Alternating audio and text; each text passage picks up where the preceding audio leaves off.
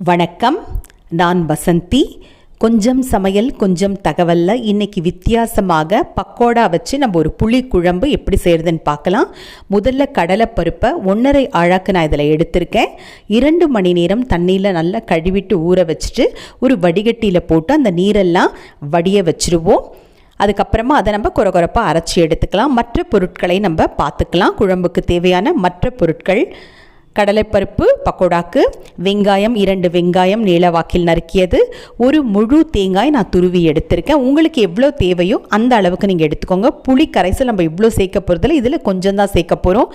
தக்காளி பழம் 1, கல்லுப்பு, மஞ்சள் தூள், மிளகாய் தனியா கலந்த தூள், கறிவேப்பிலை, தாளிப்பதற்கு கடுகு, வெங்காய வடகம்.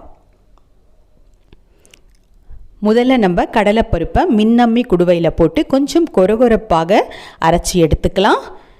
இந்த மாதிரி அரைச்சி தனியாக எடுத்து வச்சுருங்க. அதுக்கப்புறமா நம்ம குழம்புக்கு தயார் பண்ணுறதுக்கு பார்க்கலாம். அதே மின்னம்மி குடுவையில் நல்லா கழுவிட்டு நம்ம துருவின தேங்காயை சேர்த்துப்போம். அந்த தேங்காயிலேயே நம்ம நறுக்கி வச்ச அந்த வெங்காயம் கொஞ்சம் அதில் சேர்த்துப்போம். தேங்காய்ப்பூ உங்களுக்கு எவ்வளவு தேவையோ அந்த அளவு சேர்த்துக்கோங்க. வெங்காயம் சிறிதளவு அதுலேயே சேர்த்துக்கோங்க.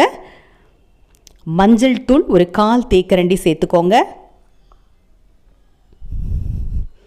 மிளகாய் தனியா கலந்த தூள் அது ஒரு 2.5 தேக்கரண்டி அளவுக்கு நான் சேர்த்துருக்கேன். இந்த அளவுக்கு இந்த காரம் போதுமானது.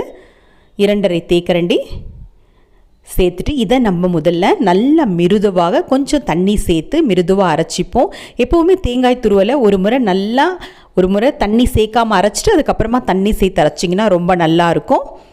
ஒரு அலுமினிய பாத்திரத்தில் 3/4 கரண்டி குழிக்கரண்டி எண்ணெய் தான் நான் சேர்க்குறேன். எப்போவுமே தேங்காய் சேர்த்து செய்கிற புளி குழம்புக்கு நிறைய எண்ணெய் தேவைப்படாது. 3/4 தேக்கரண்டி குழிக்கரண்டி எண்ணெய் தான் நான் சேர்த்துட்டு கடுகு, வெங்காய வடகம் அதில் சேர்த்துப்போம். அது நல்லா பொரிஞ்ச பிறகு நம்ம அரைச்சி வச்ச கலவையை இதில் நம்ம சேர்த்துக்கலாம்.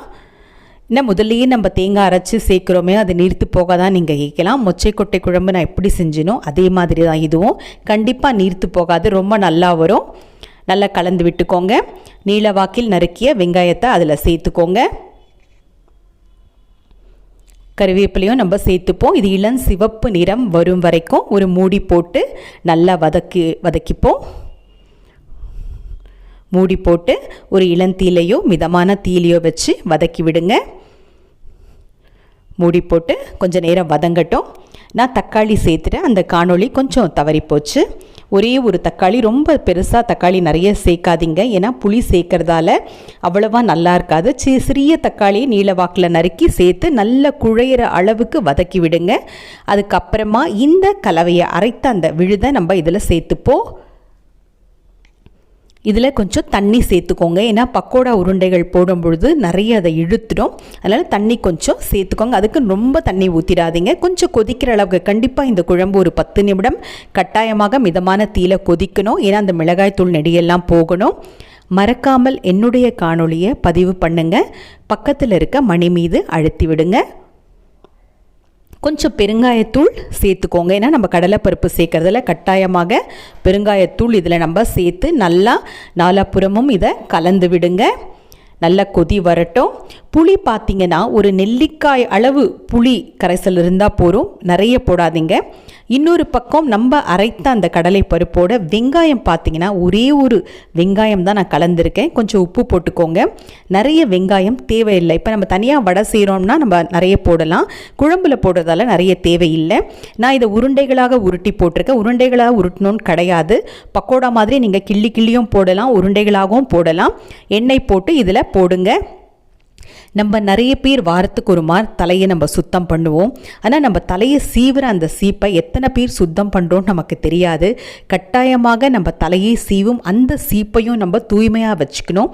கண்டிப்பாக வாரத்தில் ஒரு நாள் அதை நல்லா திரவ வழலை, அதாவது லிக்விட் சோப் இல்லைனா வேறு ஏதாச்சும் போட்டு நல்லா கழுவி வெயிலில் வச்சு எடுத்திங்கன்னா நமக்கு தலையில் இந்த பொடுகு தொல்லை அதெல்லாம் வராமல் அது நம்மளை பாதுகாக்கும். அதுவும் இல்லாமல் ஒருத்தர் வாரின அந்த சீப்பில் வராமல் அவங்கவுங்க தனியாக ஒரு சீப்பு வச்சுக்கிறது இன்னும் சிறப்பாக இருக்கும். கட்டாயமாக நீங்கள் தலைவார சீப்பை நல்லா சுத்தமாக கழுவி வச்சுக்கோங்க. புளி பார்த்திங்கன்னா நான் நிறைய காமிச்சிருக்கேன், ஆனால் அவ்வளோ வேண்டாம். ஒரே ஒரு நெல்லிக்காய் அளவு புளி ஊற்றிட்டு அது சரியாக இருக்கான்னு பாருங்கள். பத்தலைன்னா கொஞ்சம் சேர்த்துக்கோங்க. ரொம்ப புளிப்பு வந்து இருந்து இல்லாத மாதிரி இருக்கணும். அப்போ தான் இந்த குழம்பு ரொம்ப ரொம்ப சுவையாக இருக்கும். புளிப்பு தன்மை நிறைய தெரிஞ்சதுன்னா அவ்வளோவா நல்லா இருக்காது.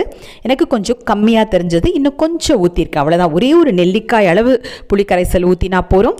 கொதிக்கும் பொழுதும் நீங்கள் சேர்க்கலாம், இல்லை இறக்கி வச்சுட்டோம் இந்த பக்கோடா உருண்டைகளை இதில் நம்ம சேர்க்கலாம். சேர்த்து நல்லா கலந்து விடுங்க. ரொம்ப ரொம்ப சுவையாக இருக்கும். கட்டாயமாக எல்லாரும் செய்யுங்க.